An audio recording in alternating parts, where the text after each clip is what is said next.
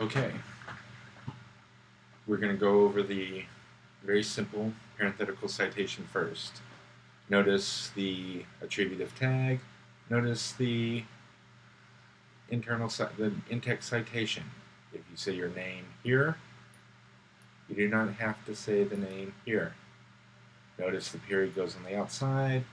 Notice the parentheses and the page number goes outside the quotation marks. And this is review. Simple, single source, parenthetical citation. First, variation is this. We can put the attributive tag right here at the end of the quotation. Simple. Next, we can put the attributive tag in the middle of the quotation.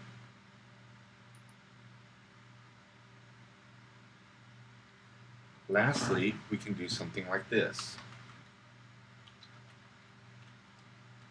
We should stop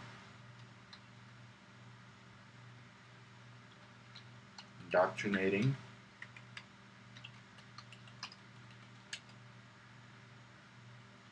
our young people with a liberal arts education.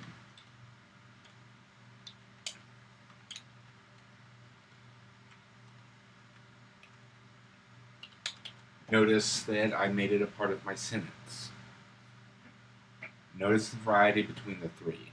Notice how different it is between the very simple parenthetical citation. This is the A and B work. Another important note is notice that in all three citations, quotations, the grammar is correct. Keep that in mind. And just because I am really OCD on this,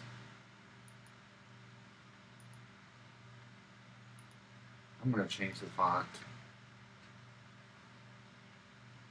to normal. And that is single source parenthetical citations with variety. Okay, paraphrasing. Simply this. Here's one type of paraphrase. Notice I didn't put the attributive tag here because I don't need an attributive tag for a paraphrase. I just need to cite the information. However, I can put Unger's name there. Notice the differences between the paraphrases. One's not better than the other, they're just different. Notice that you have a different variety of ways you can paraphrase.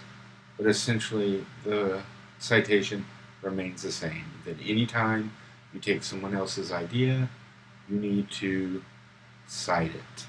Whether you cite it by name or you cite the name within the parenthetical citation. Either way works. Here's another way to do a parenthetical citation. This is a much looser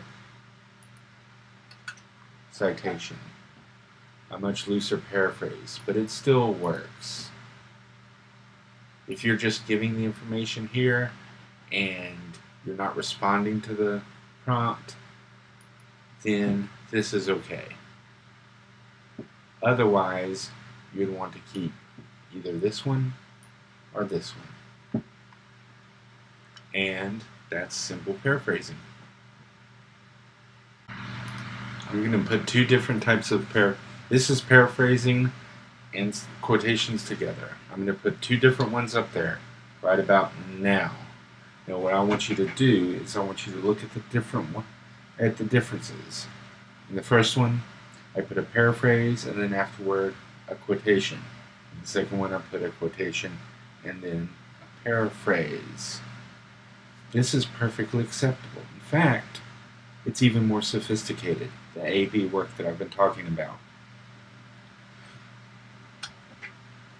Notice that the page numbers are there. If everything comes from the same page, the reader is going to think that your paraphrase in the first one, notice where it comes from, is Unger's idea as well and not yours. The same is true for the second paraphrase in quotation together.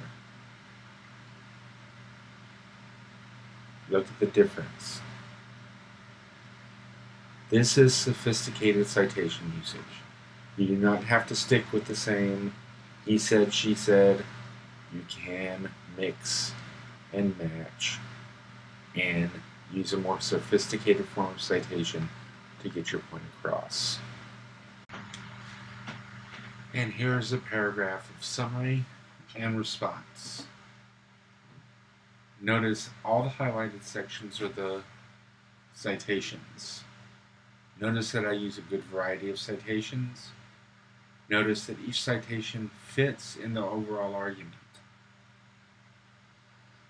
But that's a matter for another thing. That's what we've been discussing in class.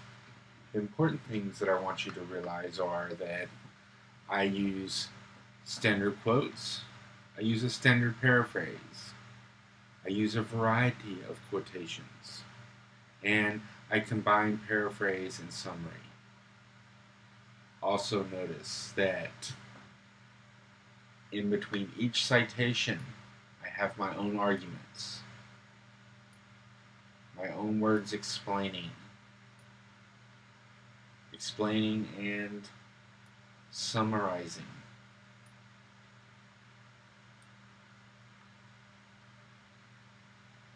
So you can look at this and see what the spread of quotations to paragraph are. Your paragraphs don't have to look like this. In fact, you may want to use 2 paragraphs, but I think I should be quiet right now. The main thing for this video is look at the highlighted sections and see the different types of paraphrases that I use and how I use them within a paragraph. And that's it.